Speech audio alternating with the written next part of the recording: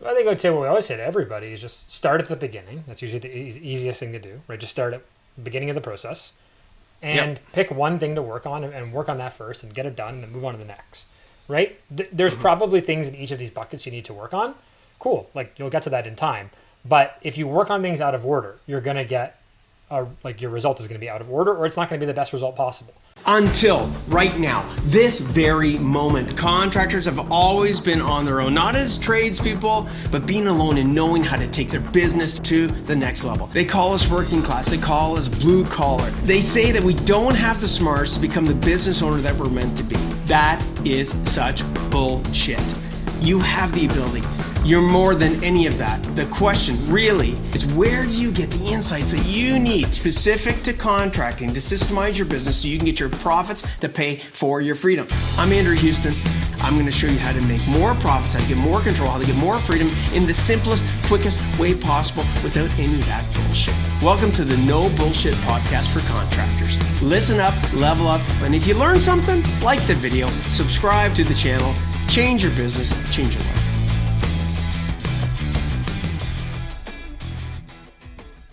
All right, everybody, welcome to another No Bullshit Podcast for Contractors. We are on part 3 with my man, Rockstar, head of our sales here at Prof for Contractors, Liam Morin and Liam Rory Morin. And we're going to be getting into this 3-part series. So we'll kick things off, Liam. We'll reflect on the past podcasts, on what those other parts were just really quickly. But tell us, man, how you doing today? Doing great. And yeah, if you didn't listen... How you doing, brother? I'm doing How good. you doing? If you didn't listen to the last episode, guys, go back, right? Give it a listen. Do yourself a favor so you're getting the most out of this podcast. And again, there's going to be some stuff that's probably going to hit home on there. And yeah, then we can kind of make sure you guys are getting the best out of this one before we go even further, maybe do a part 3. So go re-listen to that. And yeah, basically, we covered just, again, like what is the process of like someone coming in as a lead? How do we handle that lead? How do we close them, right? How do we follow up with them? How do we make sure we're scheduling things properly? Again, really, we got this model, right? Yeah. We got this model we went through. So tell them, just reflect quickly on this model. Like, what the hell is this lead flow, deal flow, workflow? If this is their first time listening in, right? Yeah, exactly. So yeah, basically, sales starts right, but it's someone calling you or you getting an inquiry, or whatever it is. But it's a whole process, right? From that to the job being done and getting paid, and in between that, there's a ton of things that happen, right? A sale's not a sale until the money's in the bank, right? So from getting that lead to getting paid, what is happening, right? Well, obviously there's a bunch of stuff happening, right? We're taking in the lead. We're doing a quote, right? We're scheduling a job. We're doing the project, right? We're getting the payment. All these things, and what's happening at each like sub point within those, right? In our process, and is our system set up for success? And because again, guys, a lot of us might say, hey, I need more leads, right? But really the question is, hey, do you need more leads, or do you need to get better at converting the leads? Or do you need to get better at pricing the leads? Or do you need to get better at upselling the leads? Or do you need to get better at just getting back to the leads, right? Like, where is the breakdown? And for most people that we talk to, what we find, guys, is generally, again, with everything, especially with sales and marketing and pricing and everything, like less is more, right? The less you guys have to do, the less people you have to talk to, the less jobs you have to schedule, right?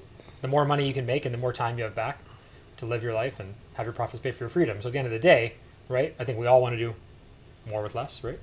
So let's get into that, because the workflow component is the biggest part of that, let's get into that. We're going to get into the workflow with me just leaving off with this. I love bringing it back to data, because I want everybody to understand that this is, if you want to make the right decisions in your contracting business, I don't give a shit if it's sales, I don't care if it's project management, I don't care if it's hiring. If you don't make decisions based upon data, then you're making decisions based upon being dumb. It's either data smart or dumb, right? Yeah, or you're totally. So here's an example, guys. Right, back to what Liam's saying. Let's put just quick math to it, and then we're going to talk about this baby right here called workflow. Okay, that I just circled. And if again, go back to the other ones. If you're like, start at the beginning of this process as much as you can on this podcast. And here's an example. Say, for example, you've got simply, stated, you've got 10 leads, okay? You got 10 leads that have come in, right? Guys, you could bust your ass and quote all 10 of them, okay? But your conversion rate is only 20%.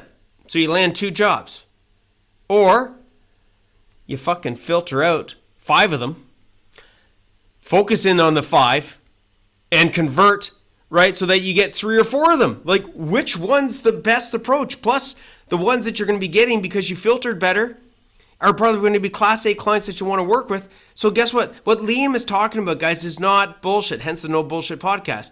If in that exact situation, you're literally working less, quoting less, and you're literally getting more. Right, bro? Yeah, and like it's funny, it's so funny how everything's so congruent. Because yesterday, I was talking to a guy, and he said he wanted to do a contractor, right? Contractor, yeah. I'm not going to name or anything, but he said general contractor, right? And he's like, yeah, I want to join your program. And then we had a follow up, and he goes, yeah, there's a local consultant that's working with my family, and they're going to coach us for free. I said, cool, man, that's awesome. Are they successful? He goes, yeah, they work with a local asphalt company. They took them from like $1 million to $3 million in sales in like a year or two. I said, wow, amazing, that's great growth. I said, just curious, right? What was the profit increase on that? And he goes, what do you mean? I go, well, did they make any money on that $3 million? Were they making any money before? Did their profits go up? Did their profits stay the same? I'm just curious. He goes, oh, I don't know. I go, well, you should probably ask them. Isn't that important? And he goes, yeah, totally. I heard Andrew talking about on the podcast how dropping your prices, right, kills you, and how markup's important. I said, yeah. I said, they may have done $3 million at 10%, right? But maybe, using our systems or other coaches, right, you could do $2 million at 20, make more money, right, and you do a third less work, which is better for you at the end of the day.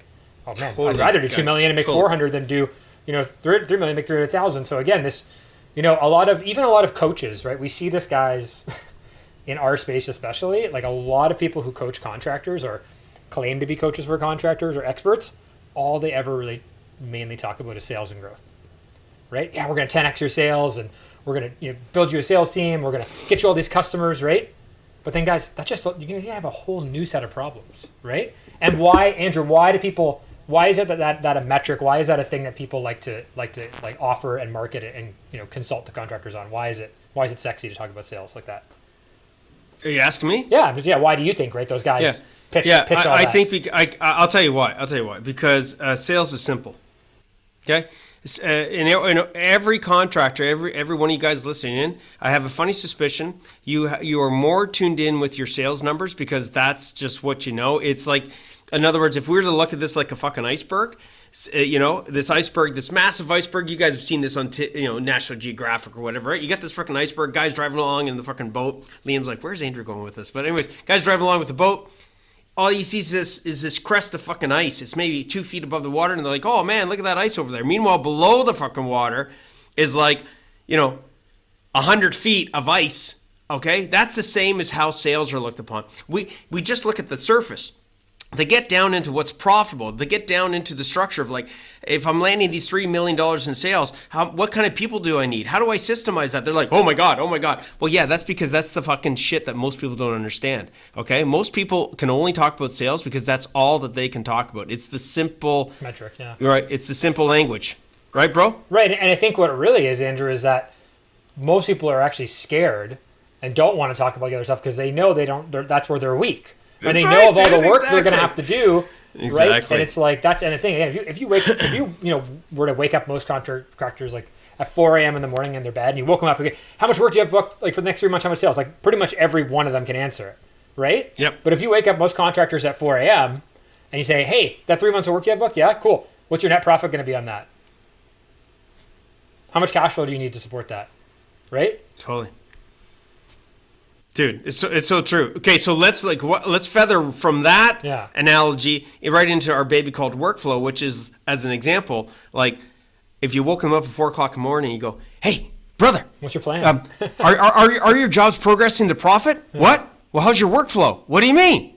So let's get into that today, okay, guys? So remember, if all that somebody is supporting you with is just your sales number. And I'm referring to you. In other words, if that's the only thing that you're looking at and you're proud about, when a fellow contractor goes, "Hey man, how's it going?" You go, "Yeah, I landed a shitload more work," and nobody can talk about profits. You sure as hell better get to a different level of thinking. Which brings us real quick to Liam. Let's talk about Einstein's level of thinking. What would he look at regarding problems? The famous line. What's the famous line? I don't want to butcher it because I always butcher it. You say it again because it's the thinking that created the problems is not the same thinking that's going to solve them.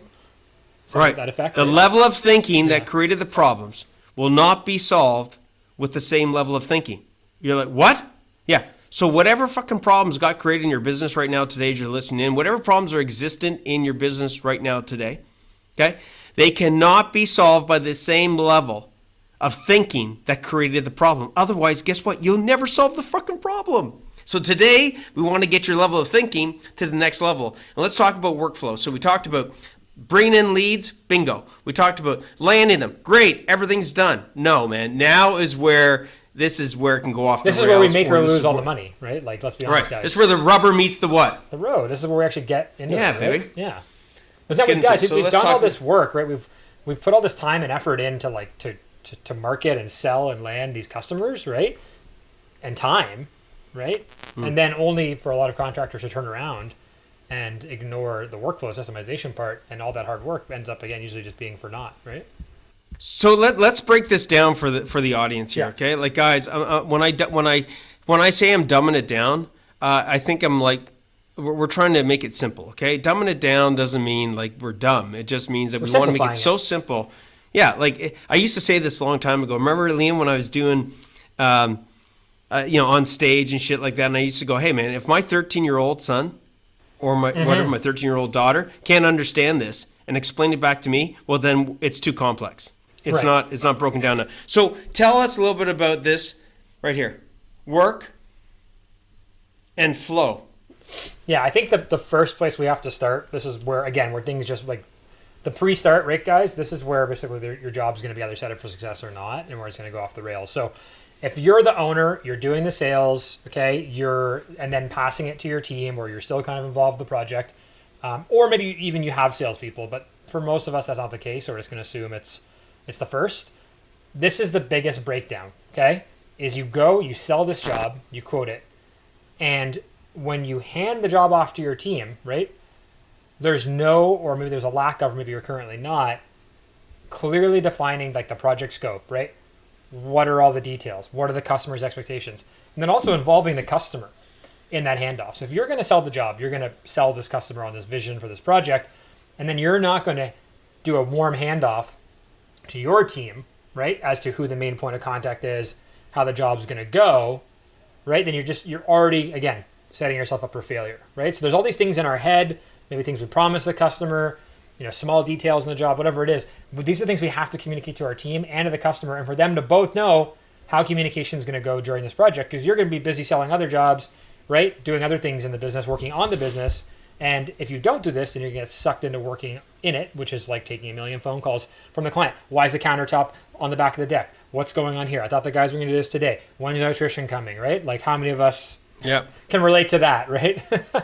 Yep, totally. So tell us a little bit about like the importance of this handoff. I know the next thing that we're going to talk about, and by the way, if you're watching this right now, you can see that I'm drawing sort of like a flow diagram, okay? So we're starting off, the very first thing is the handoff, right, from sales to production, out to the crews, right, whatever, out to the office. Next thing we're going to talk about, I'll like lead one ahead so that you guys know where we're going with this. Next one we're going to talk about is, how did the customers get communicated to? Okay, so that's going to be number 2 in this flow diagram. If you're not seeing the diagram, totally cool. Just follow along. Okay, we'll try and break this down as simple as possible. So first thing is the handoff. So, like, what are the things people think about handoff? Right away, they're going to be thinking about the customer, but in reality, it's the first handoff is the handoff between the salesperson and the fucking team internally, right? This is an internal handoff. Right. So, like, this is the perfect thing to be, going over, bringing up, right, at your weekly meetings before the job starts, right? So, hey, guys, we have this job starting next week, right? I want to go through the scope. I want to go through timelines. Who's going to order materials, right? Where the bin's going to go, like, right? Again, guys, if you're waiting until the day of, like, it's too late. You've already lost, right? Like, so what are some of these things that needs to be handed off between the sales? What do you see not getting handed off between the sales team and production? I mean, for a lot of us, it's probably going to be more on like the continuing sales or change order process. So what I advise most people to do is just let the customer and the team know that, like, hey, if we're going to change the scope of the project, you want to add things, we're going to talk about budget, you're going to come to me directly, right? Not the team. Because that's not... rules of the game. Yeah, rules of the game, right? Rules of engagement, right? Okay. I'm going to add one. Yeah. Okay. Guys, ready for this? Like, I used to sell big projects, okay? Liam used to sell big projects. I'm going to tell you right now, if you don't have a system whereby it's being documented how that person sees it, okay? And, I'm going to talk a little bit electrical here. If I'm in this building right now, look, there's this brick wall behind me, okay? And one guy the sales guy goes and says, oh, yeah, man, you can just run right through that drywall, go through the next wall with a 2-inch piece of rigid, off there, put a junction box, blah, blah, blah, blah, blah, and that's how the job is quoted, okay? The freaking electrician, the project manager comes walking out to the job site, right?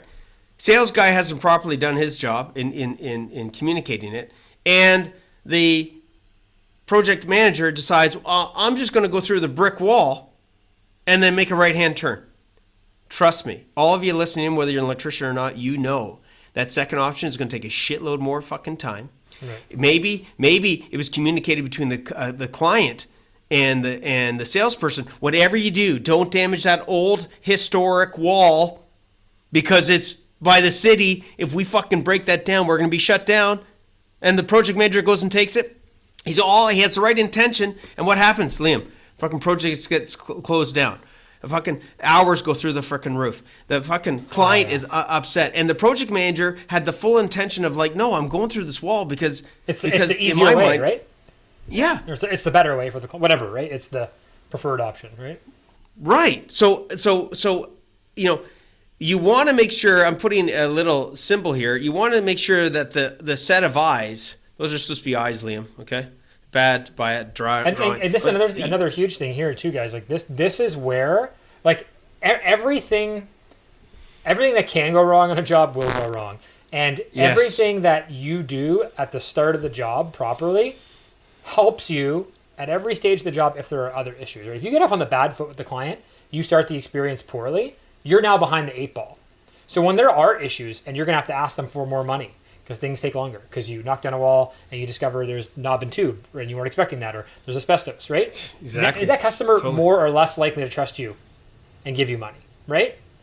Right? When you have to go get your first installment for your payment, right? When you're getting your deposit. Like, guys, the customer's entire experience is framed around everything you've done up until this point and then this point, right? And people only know what they know up in like the new normal. So this is again what they're experiencing, and they have no reason to think otherwise, right? Because this is maybe what you have or haven't given them. So guys, this is where, again, you can set yourself up for success to look like the hero to your client. But hey, we have a process, right? You're going to be talking to the project manager during the day. He's going to be your main point of contact. He's going to update you. We're going to send you photos. All these different things we can do, right, with technology now, like Andrew was talking about in a lot of the podcasts. And again, we can only be as owners in so many places so many times, right? And really, if the value we bring is business development and ROI and sales, then if we're getting stuck in the day-to-day, right, bogged down with this stuff, then it's just taking literally time and money away from us growing our business. Totally, guys. So one of the ways, how do they go about doing that, though? Like, well, you said it, right? You've got to have a system. We have done for... It could be whiteboards, guys. It could be, like, guys, right, we have done for you systems at PFC, and we can tell you what best technology to use. There's a million ways we can help you with that. But at the end of the day, if you're just getting started, like, just get a whiteboard, right? Get an Excel sheet going with your team. A Word doc. I don't care, right? Like, just every excuse you can make not to do this, you will find, right? Yeah. You can find a million reasons not to do this. Totally. I think one of the core foundational things, guys, and I bring this back to the very first podcast we did on this topic on part 1, is really take a step back and take ownership. I mean, you're an owner, but you have to own your ship. Take ownership in this process and say to yourself, like, where have things gone wrong? In the past, yeah, in the past, and look at those symptoms and identify like what really has been the problem, right? And by the way, you get this fucking wrong, I'm going to tell you this right now. Every other part that we cover off in these other 5 pieces, okay, it's a negative domino effect, okay? It is like you are setting up every other piece of this for failure, okay? Yeah. So this handoff is super crucial. It actually starts in defining the handoff process, actually starts at the beginning of the sales process. It begins at the beginning of the marketing process, and again, that's why we have different phases of this, right, guys? Okay. So handoff is key. Rules of the game between the salesperson, those are supposed to be 3 sets of eyes. Okay. So that we're literally all looking at the same page, all agreeing, not fucking different pages, right? Yeah. Between the sales, the client, and the project manager. Now, we've got that nailed, okay? So we've handed it off to the project manager. He's got all the information. He understands the hours, the labor, the material, where the material is coming from, the rules of the game. Is it historical building? Is it, you got to be out of there on Fridays because the kids are showing up? I don't fucking know, okay? Now we're going to talk about client communication. So talk to us about this being the second phase. So I think for a lot of people... Where do things go wrong in this, bro? It's simple. It's either over communicate or under communicate. It's like there's very little middle ground, unfortunately. So if you're, in the previous step passing this off, right, or there's a handoff, there's a transition, there's an ownership to somebody else, you have to let that person run with it, right? So if you're communicating with the client and you're not informing your PM, right, we're going to get cross wires. If you're letting your client constantly call you when you set like the rules, right, you then have to hold them accountable. Hey, listen, I'm not on site. I can't answer these questions. Dave's the PM. He's your best point of contact. If there's a really big issue, we can sort it out, but I prefer if you talk to him, right? Again, what is your time worth, guys, right? And at the end of the day, if you're not there on site, how could you possibly know what's going on versus your team who's on site? Like, who actually knows what's really happening on the job? They do, right? So your client needs to understand that. And vice versa, your team needs to understand how they communicate with the client, right? What are they allowed to talk about, So true. Like, guys, think about this for a second. I'm not saying that this is how you should have it done. We would sort of advise here, for contractors, your structure should be that you let sales make the sales decisions and you let the project management make project management decisions. Mm-hmm. That means if there's going to be a change order, if there's going to be any change that's going to change the cost or the price of that original quote, make sure that the salespeople are involved, okay? Make sure that there's a communication properly to go, hey, Mr. Client, here's what you talk to me about as a project manager. Here's what you don't talk to me about as a project manager, and I will direct you to the right people within the company so that we can have the right people making the right decisions versus, right? Project managers typically do this, right? Yeah. They're all after trying to get the job done. They're trying to manage the project. They're trying to make the client happy as well. Client goes, hey, man, can you move that plug for me? What do they typically say, Liam? Oh, yeah, sure, no problem. We'll get it done. Cha-ching, there's the cash register opening and the money being pulled out of your profit, like your profit literally being stolen from you. Not even intentionally, right? Unintentionally. Yeah, that doesn't happen, eh, guys? Does that happen? I think it happens a lot. So what other parts of communication outside change orders, roles and really what we just talked about was roles and responsibilities, right? You're explaining to the client the roles and responsibilities of the various different people, right? Maybe it's like, hey, for anything like this, you get in touch with Jim or Audrey in the office, and they will boom, right? Yeah, or again, anything else? Maybe you have a really simple process. Like if it's under $500, right? Then the PM can approve it and do it. If it's over, then it goes to you or sales, right? Like simple thing, right? And let the client know that before the job starts, right? And things like, again, what can be discussed, right? Like your clients don't need to know about markup or pricing, right? Hey, like, yeah, Dave, like, Andrew said that, the flooring was this much, but I found it for like at Home Depot for like 30% cheaper. I want to use that, right? Like, oh my God, dude. All the freaking time, right? Right. Yeah. Yeah. Or like, do we need to really do that? Can't we just like, do we really need to get a plumber in for that? Like, can't you just do that? Totally. Well, here's why we can't. Okay. So let's talk about, right? Let's talk about here. Like everybody listening, you're probably sitting there going, "Holy shit, that just happened to me yesterday. That just happened to me as I'm driving along here, right?" And then, not only we're going to get into the importance of the details of change orders, but guys, understand that it's so critical that each of your employees understands their. I'm not going to segue too much, but I'm just going to say, I call it the 3 R's. Write this baby down. Right? They need to know what their role is. They need to know what results. Totally. Okay, they're responsible for, and they need to know what the rules of the game are. If your own employees don't know that, trust me, your clients will make it up for you. Yeah, they'll take advantage of it. And not even intentionally sometimes, right? Just just what happens, right? It is totally what happens. It's not right? malicious Okay, always. so let's right? talk about It's like just it happens. exactly.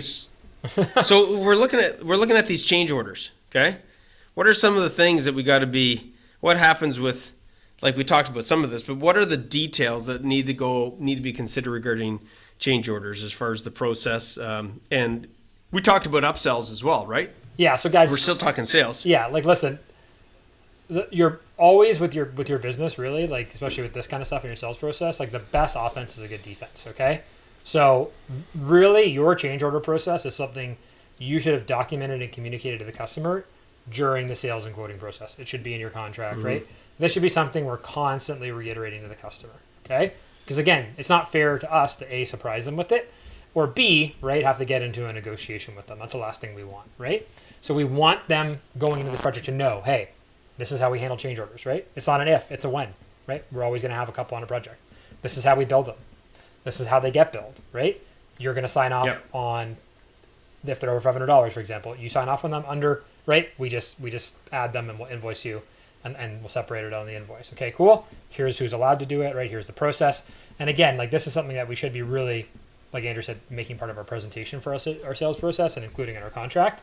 And then when it comes to like, we're actually in the work, we're doing the project, this is again where we can either make a lot of money, right? Or we can either lose a lot of money. Because change orders, generally we can actually get a much higher markup, right? Because it's a smaller dollar value. So we can actually make more profit proportionally on these, okay? So these are really good for our profit and our cash flow on our job. But also it could be a debt sentence, like Andrew said, because it's equally inversely proportional to negatively reducing our profits if we don't bill for them, okay? So the first thing I would say, guys, the simplest thing to do, like Andrew said, is the hierarchy of communication. So when there's a change order, right, who is owning the decision to approve it or not, right? Yep. Is it you? Is it the project manager? Is it the customer? It probably shouldn't be the customer, right? Who's owning it, right? And who's communicating it? And what's the system to make sure it's documented, okay? Because the last thing we want to do, guys, and I don't even know how many jobs I did this and how much money I lost on it and how many, almost fist fights I got into where I agreed to a bunch of change orders, right? Yeah. We'll add it all up, right? Didn't document it, didn't invoice it, didn't systemize it, got to the end of the job, and what was a $40,000 job was now a $70,000 job, and I had a pissed off customer going like, what the hell? I'm not paying that, I don't have that money, right? And then me going, but I've already paid my guys, I've already paid the materials. And now I'm fighting to get paid for what's rightfully mine, right? Which is like the worst feeling in the world. And I don't care how good of a salesman you are, you can be the best salesman in the world, that's a very hard position to get yourself out of. Yeah, and I gotta say, one of the biggest things is what Liam is, talking to. He said it just a second ago. I want to just catch you on is that you didn't know. And what's my point? We don't realize, guys, the impact of this thing called change orders in so many different ways. Okay, it is so many things in business. It's the curse and it's the gift. Yeah, exactly. What do I mean? Blessing and the curse is that. Yeah, the curse is that something negative creates a series of negative results. Okay, the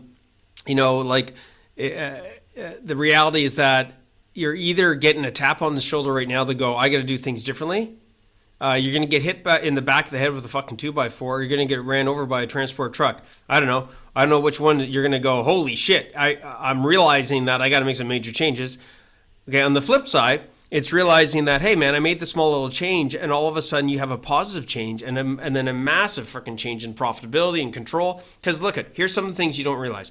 You don't realize how these small things have a massive impact on how much more sales you have to go and sell. Exactly. Okay? We touched on it, I think, in the last one or the first one where we talked about, somebody that loses 10K over a span of multiple projects or even one project, they're only making 10% net profit. They'd have to go sell $100,000 of work just to cover that 10K. What you don't realize is that $50 here, half an hour there, all the rest of it, it's not just about how much sales you have to make to cover those expenses.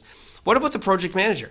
Like, if I was to go and interview, and Liam was to interview project managers, and maybe you are the project manager, so grab a mirror if that's you. And you ask them, like, does it always feel like you're never on top of things? And they go, yes. Does it always feel like you never have enough time? Yes. Does it always feel like an infomercial, Andrew, right? Yeah, that's Are right. you sick and Exactly. tired of getting up in the middle of the night to go pee, Exactly. right? It's like, Exactly. you know, it's like, yeah. What's that hairspray, right? Yeah. I like the product so much I bought it, right? I it's bought not- the company, right? The guy with the bald head, Yeah, he's right? spraying it on. Oh my God. Yeah, exactly. That's it. Spray it on. So guys, seriously, think about the pressure you're putting on yourself or on your project managers, okay, or the guys running the jobs when they go to start the next job, they're already behind the eight ball in the sense that the clients are pissed off, right? Because you didn't start the job when you wanted to start it, right? And a lot of that is attributed not just to maybe how the job was not improperly quoted, but how it was improperly ran. One little change order now extends in that very second. It's crazy. That they start doing. Yes, it extends beyond what's called the scope of work. Yes, we're talking trading language here, people. But let's okay? talk about the And as sales soon as you- aspect, though. Like, it's so critical because now that job's going to get delayed or it's going to take longer. Yes. So you have jobs you've already sold, you have to push back, right? So now as a salesperson, again, you're behind the eight ball because you've got to go back to those other customers who you've already sold and go, hey, man, like, I'm sorry, we're going to start in 3 weeks. Why? Oh, the job we're on, like, there's a bunch of stuff and it's taking longer. And again, now you failed in your job in sales, which is, again, to provide the customer a great service. I'm going to give a massive eye opener, and I've never talked about this. Okay, ready for this one? Yeah. And it is directly related to this whole sales process, guys. Because if the rules of the game aren't established, and if your project managers don't realize the importance of these change orders, and you don't realize the importance of this change order, something like this might happen. Fuck, Liam. Say I'm the business owner, right, of this contracting. It's a Houston contracting, right? Houston automation back in the day. Liam. You're my HR person, or you're the person in the office, or whatever. We're working together with this, Houston automation. Yeah. It's like, Liam, we got to go hire like two more guys in 3 weeks. Why? Just to get caught up. Yeah. Well, guess what? You're fucking hiring the 3 guys. They're not making you any money because You're hiring you're actually reactively. having to hire. Yeah. Yes, because you're having to hire the 3 guys because you're being reactive to the delays of the current job that should have been done fucking 2 weeks ago, and so now you're hiring people that fucking band-aid the symptom It's like that you don't. Yes. And then it's so like, many, holy yeah. shit, if you expand it over the year, you might have hired 1, 2, 3, 4, 5 guys at different times when you didn't really need more people. You should have solved the problem of putting the proper systems in place, sales process in place, so when a change order happens, that the customers and you realize. And by the way, I'm going to say this. There are times in my business, guys, in my automation business, there's times with our clients where we've coached them through the reality of this. You need to have a system for how to respond to the change orders. It's okay to say to a client, I'm sorry, I can't do that right now because the timeline that we set out for you was 2 weeks. Now, Mrs. or Mrs. Jones, I'm not saying that we're not going to do it, but we can't do it right now. Now, I can fit you in a month from now when we have an opening. So now what's happening? You're getting more work. You're communicating better. You're getting more profits. You're not having to hire fucking 3 more guys. And you're staying on point to what? Target. Profitability and target, right? Beautiful. Okay, guys, if that didn't hit home, seriously, this probably isn't the right podcast for you, but honest to God, you guys got to get this thing nailed. So And we guys, talked about like, handoff. It's so critical. Go ahead. It's just like so critical because we have to be okay as contractors and as salespeople. And again, for most people listening to this podcast, like you are the salesperson and you are the contractor. You might even also be the PM. Okay? Yep. You're probably wearing all the hats. And that's why you're listening to this podcast. So that's why you booked in for a chat with us or you're coming to one of our webinars. You have to learn, like Andrew said, like the power of the word no. And probably one of the most powerful things you can learn as a salesperson is no. Because at the end of the day, guys, all we have is our process. And if you follow your process and you go, you know what, like I followed my process and I stuck to my guns and I did what I know I'm supposed to do, then the outcome is at the end of the day kind of irrelevant. It's about, it's about not getting attached emotionally and about following your process. And then if you do that, you can be confident, again, to learn to say no, right? And this is like probably the most powerful thing you can learn as a contractor. Say no to, again, bad team members, say no to the client, because then again, it's just more time and more energy to put into things that are, say yes to success, right? To say yes to profitability, right? So don't feel like you have to please everybody. Like you have to be all things to all people. That's the hallmark of a terrible salesperson, right? They're trying to please everybody. Right, they're trying to let everybody, into the company. They're trying to do every type of work, right? Oh, we can do that. Like, totally. I can sell you that. I can do that, right? Yeah. Oh, I can probably find a guy to do the eaves troughs. Or like, again, like you're just letting people down, right? You're you're overpromising and under-delivering, right? And this is probably Absolutely. this is guys. why contractors, Absolutely. honestly, guys, have such a bad reputation in so many places, in so many markets, because they overpromise and they under-deliver, and they have really poor communication, right? And then, luckily, though, that's an advantage for us, because if you're listening to this, you're already in the top 5% of contractors, and again, it just makes our job easier, right? It's easier to outsell them. It's easier to sell at a higher price. Sorry, right? so pause. Why do you say they're in the top 5% of contractors? Because they've made the mindset shift that to mean? learn how to work on their business. Yes, correct. Okay, I wanted to catch that. Okay, so everybody listening, and we're going to move on to the next one. Okay, review and referral. Okay, which is the fourth. Okay, because if you blew it at number 3 as far as change orders, hey, don't worry about a review and referral. Actually, you should worry about a review, You're not gonna because get if they one. give you a review, it's going to be shitty. Or bad, yeah. Totally. Right? Okay. So let's talk about review and referral. Now that let's assume that they've communicated with the clients. Okay. And just I know I segue sometimes off, but if you guys think we're full of shit, if you think like this is actually bullshit, scroll through the podcast, pick any one of the interviews we've done with clients. Okay, with champion CEOs. Okay, and people part of our family of contractors becoming champion CEOs. And listen to the numerical data. I raised my prices. On the last podcast that we interviewed, I doubled my freaking price. I did this. How is that possible? I'm going to tell you in a nutshell, and then let's get into this. Because most contractors are shitty.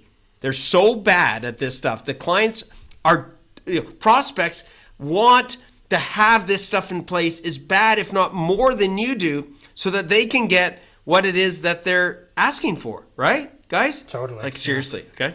Okay, review and referral. How do we go about doing that, dude? Like, when do you do it? At what part in the sales process or the job? Right, we've already landed the job. We're doing the work. When do you do this? I mean, really, again, it should probably be earlier in the process, like explaining that, if you do a good job and the customer's happy, right, that you're going to ask them for a review. So you can reference that when you are asking for the review at the end of the job, okay? We're pre-framing it, right? So sooner than later. Yeah. I mean, and honestly, Okay. the easiest time to get the review and the referrals when the customer's super happy, right? Bingo. When they're paying you. Usually if they're paying you, they're happy. Generally speaking. Most of them. Yeah. There are exceptions, but yes, but generally, right, if you're getting that final payment, you're doing that walkthrough, right? That's when, again, they're most likely to do that. Okay? And make it easy for them too, guys, right?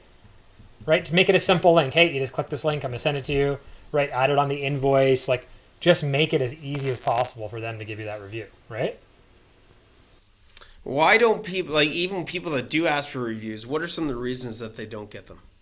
Is it because of that, like they've made the path of least resistance the highest resistance?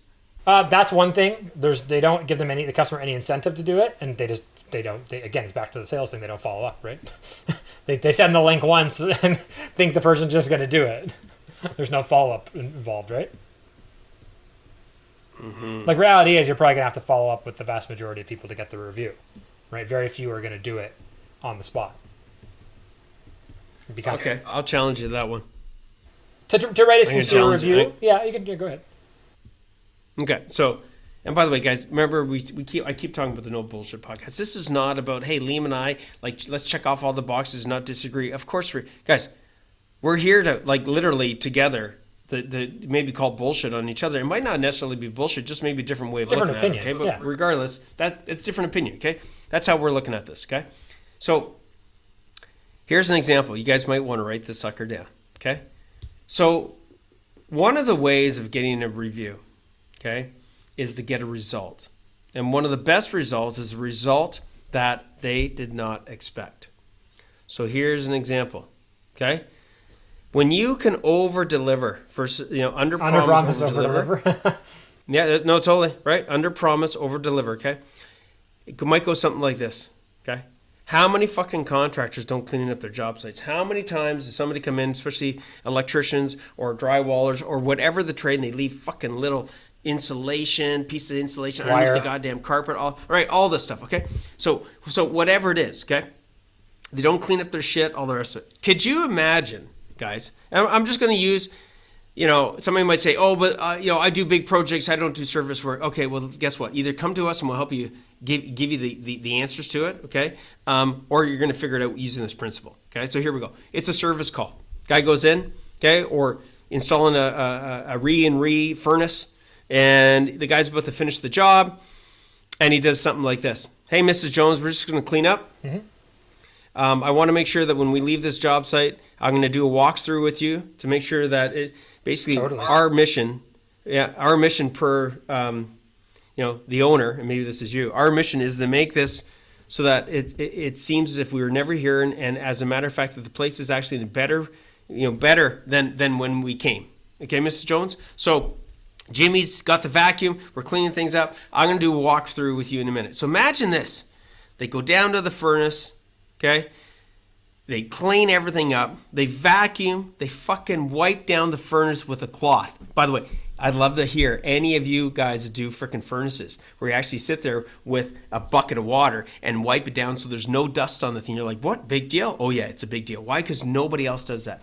Let's add another little thing to it. They go and stick on the side of the furnace a check mark. Okay, little simple check marks. Here's when to do the maintenance, Mrs. Jones. By the way, we've already timed, so on this little thing, they've already gone into a little tiny system, I don't know, called Google Calendar. Whoa, that's fucking expensive for free. And we have reminders so that we know when this furnace needs to be serviced. Now we do the walkthrough with Mrs. Jones. Now I might have, and Liam might have maybe another 10 or 15 little nuggets of gold here. Just go with those ones for now. All of a sudden they do the walkthrough. Mrs. Jones, we're going to do the walkthrough, okay? Mrs. Jones, it's really important that not only do we get good reviews, okay? We want to create raving fans, in all honesty. So we've tried to go above and beyond, and I want to walk you through. Here's how the furnace works. We've cleaned this area up. We've got a checklist for you. We've already automatically put you in, no cost, to a maintenance reminder. If you want to use us when that maintenance reminder comes up to come and clean the furnace, that's great. You don't have to use us, okay? But we just want to make sure that you do maintenance on it, okay? Because, you've got a lot of things on your, everybody's got a lot of things on their plate. So here's how it's going to work, yada, yada, yada. Mrs. Jones is like, holy shit. Next level. Completely next level, okay? At that point is when you ask for a referral. Okay. At that point, you have to have other options as well. You're not always going to get a referral. Mrs. Jones is not going to just naturally think about anybody. You're not just going to get it. Right. Because you want it. Right. So what could you get? Let's start off with a testimonial. Right? Something that you can get, and then you can come back to it, a few weeks later. Mrs. Jones, you might not be able to think about somebody right now, but if it's okay with you, I'd like to touch in with you. My team will touch in with you just to make sure the furnace is going well. Okay. Make sure everything's still good. And we'll touch in with you, say, in a few weeks. And if somebody does come to mind, please let us know. What just happened there? We created a raving fan. We got a testimonial from somebody that we could do what? We could use on door knockers. We can use down the frickin' road, blah, blah, blah, okay, to get frickin' more work out of it, okay? Plus, Mrs. Jones is like, yeah, man, thanks for following up with me 2-3 weeks later to make sure the furnace is great, right? Yeah, have a reason. And now Mrs. Jones is like, yeah, and you've given them time to think about it. Guys, how much would what I just covered off, Liam, how much would that cost for somebody to do? $0. Yeah, that's awesome. How many of you guys actually do this? You don't. Okay? By the way, Liam, what is the best person to review your team members? Your clients. They spend Son of a bitch. They spend the most amount of time with them. Interesting. So not only do you get a testimonial, a potential referral, guess what? You get a review of who? Your freaking team members and their quality of workmanship. Huge. Guys, tell me that can't help you during employee reviews. Guys, seriously, this is huge. But if you blew it in number 1, 2, or 3, you're done. You're done, dude. You're behind the 8 ball, right? Like, you can't win. It's so hard to come from behind, right? It's so far to come from behind. Isn't that true? It's so true, right? So, Liam, anything else as far as them getting a review or a referral? Make it easy for them, low resistance. Yeah, and right. And make them a raving fan. Right, like make it like some people love incentives, guys. People are loss averse. Like people hate the idea of potentially losing something. Like this is a very hardwired human thing, right? So if you do something like on the invoice and all the links you send out, complete this referral for a $50 Amazon gift card. Most people are like, I don't want to lose a $50 Amazon gift card. And that emotional drive outweighs the work of having to do the review, right? Mm-hmm. Right? What's a review worth to you? It's probably worth more than $50. I'm just saying it's an easy one. People love Amazon, right? So again, make it worth their while, but give them an incentive that's enough that they're going to go, man, I don't want to lose that. I might as well do that, right? And Liam, let me ask you this, just from a conversion rate perspective. I mean, I'm stuck on this one thing. We got to move on. But you tell me, imagine this is an Amazon $50 gift card. Right. Okay? Yeah. I'm not saying don't do what you just said. That's a brilliant idea because that's systematic. It's not so much people driven. It's already on there. It's a reminder. But Liam, let me ask you this: your technician's on site. Right. He has the thing in his hand. Yeah. He puts it on the table. Right. What do people do? They want it to be removed off the table or left on the table? People hate losing things, right? So they're not gonna. Yeah. So beside the frickin' Amazon thing that you haven't given it to them yet, you put it on the table. Is the what? The form or the iPad? Have an iPad with the review form. Yeah. Hey, I'm gonna go finish cleaning up. I'm gonna leave you for 10 minutes. Let you do the review in peace. Come back. We can settle up. Give you the gift card. We can do payment on the iPad. Whatever. Right. And then I'll be out of your hair. Does that sound good? Sounds great. Awesome. I'll be back in 10 minutes. Awesome. Yeah. Yeah, totally. Hey, and we got 2 Amazon gift cards. We got one that's $50 and we got one that's $200. What? Oh, what do I do for the 200? Yeah. That's for the VIPs. What's a VIP? I want to be a VIP. Oh, okay. Yes! Yeah, that's for people who sign up for our maintenance plan, right? Oh, how does that work? Well, now that we Totally. put your HVAC in or plumbing or whatever, right? Now we got to make sure that we have a service plan so that when, something bad happens, right? We can get it fixed quickly, right? Because things happen, don't they, right? You've heard of that. Yeah. Totally. Look what Rick put in. Rick, our head of coaching, who owns, like Harris Plumbing, right? What did they put in? They put in a program just like what you talked about. Now they've got tons and tons of people signed up to this program, correct? Yeah, exactly. Right. Again, just make it as like as Andrew would say, make it an irresistible offer, right? Like what's the person potentially losing, right? Guys, I love it. Okay, I love it. Liam, this is gold, man. Just what we covered off now is gold. Okay, now we're wrapping this baby up with number 5. Okay. Profit slicing. People are like, what in God's name are you talking about? Yeah, this is what other coaches aren't talking about. Yeah, it's like a piece of pie, right, dude? Yeah. Right? Yeah. Okay, tell us about that. So part of, really, let's say, developing and upgrading your sales process is really figuring out not only what's the easiest thing to sell or what you sell the most of, but what do you sell that makes you the most money, right? They're two very different things. There are some things that are very easy to sell. And the reason they're easy to sell because they don't make you money. And that's why people are buying it, right? Oh, dude, that was well. Say that again. Say that again. There are some things that are very easy to sell. And the reason oftentimes that they're easy to sell is that they don't really make any money, right? Like selling on price? Yeah, or just selling a service that's very undervalued, right? Like that you're woefully undercharging, right? And the reason why you're selling so many of these things, right, whether it's a bathroom remodel or whatever it is that your price is so out of whack with the market in a low sense that people are like, man, I can't afford not to buy that, right? The inverse is true of what we just discussed, right? Where if the price is too good, then too many people will buy it. Then you have a different problem of not having any profits, right? So for a lot of us, like I said, we sell a lot of things, right? And we like to be all things to all people. We like to help people, which is fundamentally a good thing. But at the end of the day, for most of us, there's going to be like 3 to 5 things that we do or offer in terms of like types of work that really actually that make us money, that drive our profits.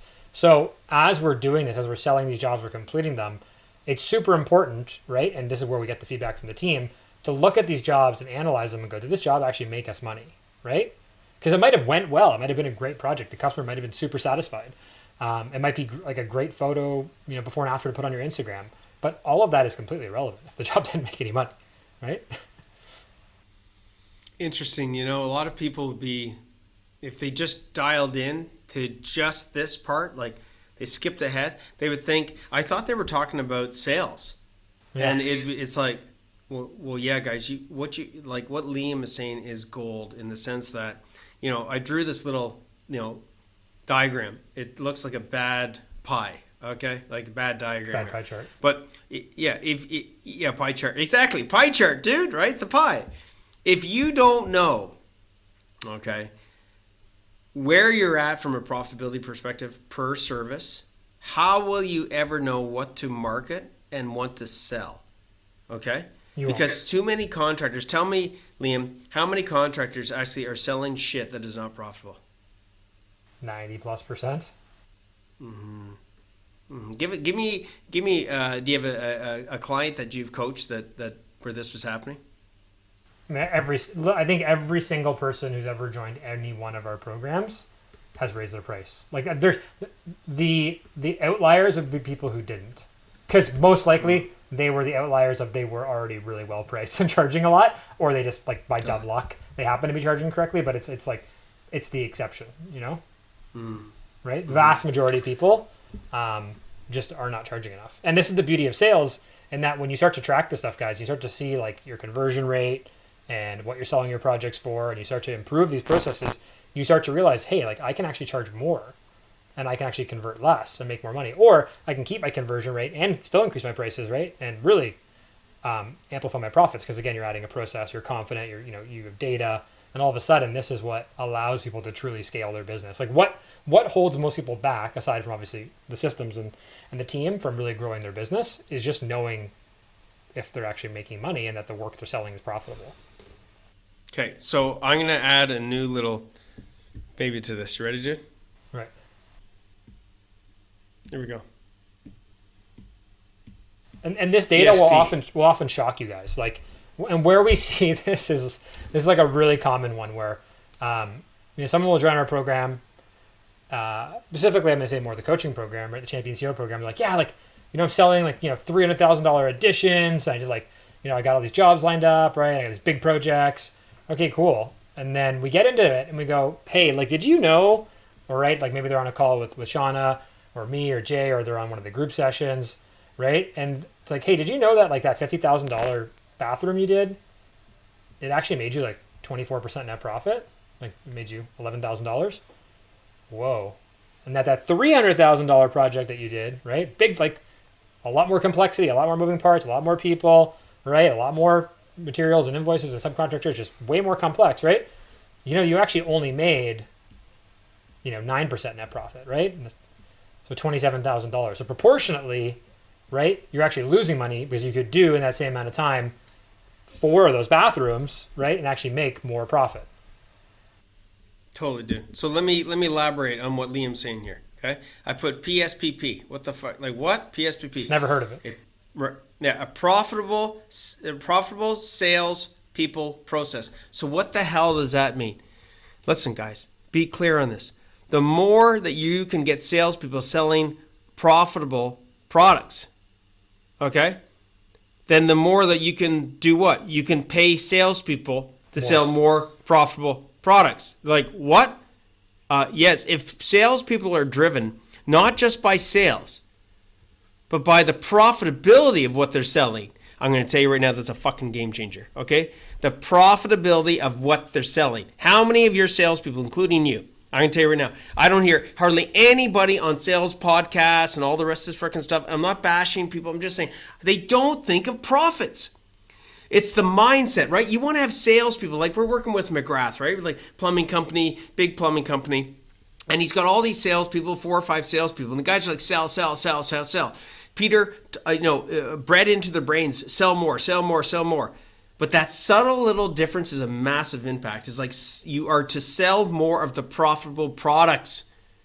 Then what? Then he can pay his sales guys more. Then he's making more investing in better profits. marketing, right? Like you can afford to pay for better marketing to attract better customers. Will pay for those things, right? Totally. Actually, you know what? It's funny because I'm thinking back. This is like a light bulb. When I was doing like my first sales job was door-to-door sales, and I remember that when we sold, and everything was 100% commission. When we sold lawn aeration, we would get, I think, 15 or 20% commission, right, on the lawn aeration, which it was like nothing. It was like $30 or $40. It was like a joke, right? Yeah. But if we sold a maintenance plan and like the dethatching and cross-seeding and overfeeding, he'd pay us 50% commission. The only reason he was able to do that is he knew that the profit on that type of work was like way higher, and that he could afford to give us way more commission, right? And so what do you think happened, right? All of a sudden the top guys were were basically just crazy outselling the maintenance plans, right? Because Ben had incentivized everybody to do it, right? Okay. Well, And Ben had realized then he had a something problem. called He didn't have lifetime. they didn't have the crews actually do the maintenance. They had like another problem. Yeah. Well, that's a whole other thing. But dude, we broke he his business. he understood what's called lifetime value. Okay. Yeah. So he was selling repeatable business, everybody. We're not going to get deep into that, but think about service plans. Every single one of you contractors out there, I don't give a shit if you're insulation. I don't care if you're framer. I don't care if you're Doesn't HVAC, matter. plumbing. It doesn't matter. There is some form of service, okay, that needs to be given on the products that you sell, okay? And that is probably the biggest goal that you can ever have, because the more face time that you give in front of that you create to have in front of prospects. By the way, the best prospect is a past client, right, Liam? Easiest person who's gonna give you money? The person who's already giving you money right now, right? Totally, guys. Totally. Okay, and it all comes back to ensuring that you got profitable salespeople with a process. Okay, and if you don't, so if somebody was to say right now, let's just start wrapping this up with like 2 or 3 things how they could start this, this profitable process. How would this profit slicing? What would be two or three things for them to do, Liam? I mean, simplest one, right, is just you just got to do some basic job costing, basic tracking, right? Like at the end of that job, right? What did we spend on labor? What did we spend on material? What did we quote, right? Are we on or are we off? What did we quote? What did the salesperson quote? How did they quote it? And is it in line with how the job actually performed? Yeah, and it went, right? Like, yeah, this is really simple stuff, guys. You don't need fancy systems. You just need like your receipts, your online banking, QuickBooks, a spreadsheet. Like, again, if you can come up with all the reasons in the world not to do this, make all the excuses, right? Yep. I could probably find a laundry Probably within about I think it's like a 30-minute training. Within about a 30 or less minute training that we have, our clients are able to go, holy shit, I can take this template, I can use it right now, right? Even on the current jobs that they have, to go, am I progressing to profit? Where am I at? Yeah. Where was I at regarding the jobs I finished within like 30 minutes or less, right? Yeah. And what's usually the case, guys, what we find is that usually the jobs you think that are making you money or that you like to do or that are easiest to sell are usually the ones that aren't making us the profit. And usually it's the jobs that we don't like or we think are stupid or, those jobs are small and annoying. Usually those are the ones making us money. Right? Isn't that interesting, eh? Yeah. Yeah, it's interesting. We tend to go to things that are sexy. give us some form of the wrong form of gratification, okay? Yeah. But if you're, unless you're moving yourself into a set of lenses as a champion CEO to see what it is you truly need to see, which is usually the stuff you're not seeing right now, which is usually the stuff you're comfortable about, you're going to see the shit, okay? And you're actually, right, you're going to be seeing the shit and you're not even going to know it's the shit. And actually you're going to be looking at it as gold and like, let's do more of it. It's like, are you nuts? Right? So let's start wrapping this up, dude. We covered off lead flow, deal flow, workflow. Give us sort of the 3-part series. Give us sort of your Coles Notes version of like, your insights on these 3 phases from a like next steps perspective for somebody listening. What would you recommend? Somebody's listening and they're like, holy shit, man, I need to get better at lead flow. I need to get better at deal flow and workflow. I need to get better at all these things. I'm a little bit overwhelmed. What would you say to them? I think I would say what we always say to everybody is just start at the beginning. That's usually the easiest thing to do, right? Just start at the beginning of the process and pick one thing to work on and work on that first and get it done and then move on to the next, right? There's probably things in each of these buckets you need to work on. Cool. Like you'll get to that in time. But if you work on things out of order, you're going to get your result is going to be out of order or it's not going to be the best result possible. So start at the beginning. And if lead flow you find out is actually really, stable and good, quick, awesome. You get on a deal flow. And then maybe that's where the breakdowns are, right? But if you start at deal flow and there's things from lead flow that you're not fixing, right? You're just going to keep having the same issues at deal flow because you didn't treat the root cause. You just dealt with the symptom, right? So again, guys, go back to the beginning, work through it, step by step. Don't work out of order. Do it sequentially. You don't have to solve it all at once. And ask for help, right? Get your team involved. Get your bookkeeper. Okay, so right? so they do that. They're still struggling. Yeah. Is there any suggestions you'd have for them to raise their hand to get help somehow? Yeah. Listen. If you're you can't watch yourself swing, guys, right? Like you can't, right? Like Tiger Woods doesn't just get it. Like his coach doesn't just give him a PDF, right? Going, hey man, these are all the 10 things I want you to do. I'll be back in 2 weeks, chill on the car crashes and the hookers, and we'll pick up the golf game in 2 weeks, right? Oh, dude, that was awesome. His coach goes, hey, these are the 10 things we're going to do. Here's the days I want you to do them. Here's how you're going to do it. Call me if you have any questions. We're course correct, right? Like, that's why he pays he has 7 coaches. He pays them millions of dollars. Same thing with They hold them accountable as well, right? And to course correct them when you're going off course, right? Hey, man, totally. you got to change that because that's not going to work for you, right? So the same thing, guys. If you're struggling with this and you just don't know where to start, or you're like, literally, I have none of this. I don't even know. Then the 4 easiest ways we can help you guys, pretty simple. Number 1, like and subscribe and follow this podcast because we're going to be covering a lot of this stuff. Number 2, go to our Facebook group, Contractor Tips, right? Talk to the other contractors and coaches in there. Because guess what, guys? You're not the only one struggling with this. There's thousands of people who are dealing with this as well, right? So get the insights. And we're in there, by the way. The team, the coaches, right? Our members, right? Who are doing well. Give back and support and mentor and train the people coming up, right? It's an abundant mindset. It's a family vibe in there. And it costs them how much? $0. Costs us a lot to run the group. Costs them $0. Now, that's again all well and good, but listen, some things, guys, they can't wait, and sometimes we have to ask ourselves, right? What is the cost of not fixing this problem? How long has it been going on for, right? What's really at risk? What's really at stake here? And if that's the case, then you can do all the research you want. You can listen to all the podcasts you want. You can talk to everybody in the world, but ultimately you got to just get some insights and take action. So click the button in the podcast. Just go to the group or message us on Facebook or Instagram, and we can have a chat. And usually pretty quickly we can dial in, because we do this all day, right? Kind of like doctors, where the real issue is, right? Because again, you'll go to the doctor and you go, yeah, I got this problem, and okay, explain to me what's happening. Cool. Yeah, that's the symptom. The real problem is that you're doing this. Oh, really? Yeah. Does this hurt? Yeah, it does. Yeah. You have this problem. Oh, okay. So what do I need? Here's what you need to do, right? You need to rest for 2 weeks, go on these meds. Cool, right? We do the same thing to your business. So go to the Facebook group or just message us right here on Facebook or Instagram, or shoot us an email, info@profitforcontractors.com. And again, maybe we can help you guys. Maybe we can't. We don't know, right? I'm not sure, if we can until we talk to you guys. And if we can, we'll explain how things work. And, maybe you guys want to go to the next level. Again, guys, you don't know what you don't know, right? And just like people ignore going to the doctor, and then the problem gets worse, and then all of a sudden the medicine, right? The treatment is now worse than the problem. By the way, before you go any further, let's just be real for 60 seconds. What is the shit that's at risk here, dude? I mean, I don't want to go. Listen, I'm not the kind of person to scare people because that's not good. Seriously, let's talk on the personal side. I think the biggest thing here for most people is that they're just working too hard for too little. Guys, working hard is non-negotiable. Everybody works hard. That's the minimum bar.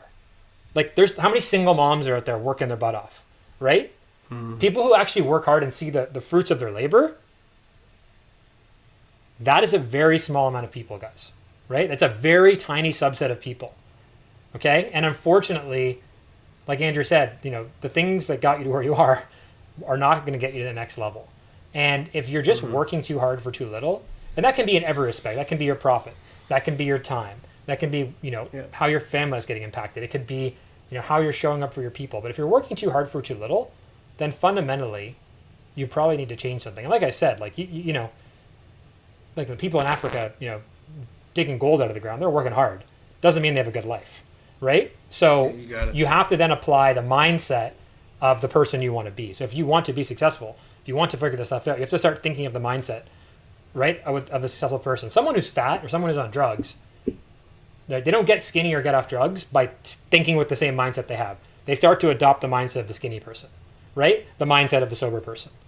So if that's you right now, right, and you're in the mindset of being a tradesperson or a contractor, which is okay, and you don't want to adopt the mindset of this, which is the business owner, right, of the critical thinker, then you're just going to keep working hard for very, very little. And that's just unfortunate because, again, as you guys can see what we've been talking about, it's very easy to do more with less, right, and not have to do all that hard work. Mm-hmm. And when you can combine, like Andrew's saying, like Peter and and Doug and Rebecca and everybody, when you combine the working hard with the working smart, that's when you can really take your business to the next level. And guys, we practice what we preach, right? Me and Andrew worked very hard for a very long time, not seeing results, right? That's also part of it, and you have to temper your expectations and know that, it's going to come. But if you've been doing this for 10 years and you're like, man, I'm just getting nothing out of this business, then like you either got to close the business down and hang it up or make a change, because guess what? It's not going to just fix itself overnight. As Andrew says, hope is not a plan, right? It's not going to work. Yeah, hope is the worst goddamn plan you can ever have. Okay? So, guys, look, take this stuff, apply it. If you've made it this far in the podcast, pat yourself on the back, because most people don't even take the fucking time to listen to this stuff and try and better themselves. So you showed up. Yeah. That's like one of the biggest attributes of a champion CEO is they freaking show up, even when they don't want to show up. Even if you're listening to this going, I don't want to hear any more of this, but I kept on listening, you're on your fucking pathway to being a champion CEO. Okay, one step at a time. So, guys, hope you enjoyed another No Bullshit podcast for contractors. And like Liam says, you've been given the insights of where to take the next steps. Take them, okay? And let's get this business to the next level. Thanks, brother. Peace, guys. Ciao. We'll do a part 4. Hey, Rockstar, I hope that you enjoyed that one. I mean, if you did like this podcast, leave a review, leave a comment. This will help us a lot to keep you bringing the gold, allowing you to delegate, dominate, and deliver so you can take your contracting business to the next level. Now, make sure you subscribe, get the latest teachings and insights, and we will see you back here for another No Bullshit podcast. No, seriously.